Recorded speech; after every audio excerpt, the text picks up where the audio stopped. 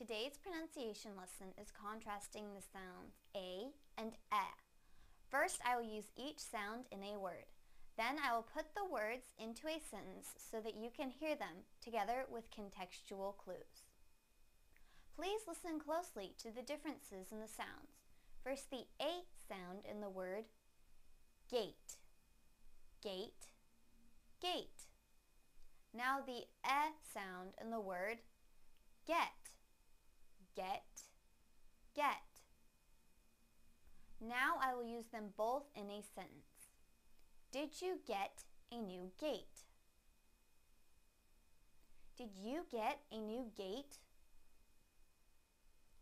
Did you get a new gate? Thank you for watching CartoonEnglish.tv's pronunciation lesson. Come visit our website for free lessons, games, and chat.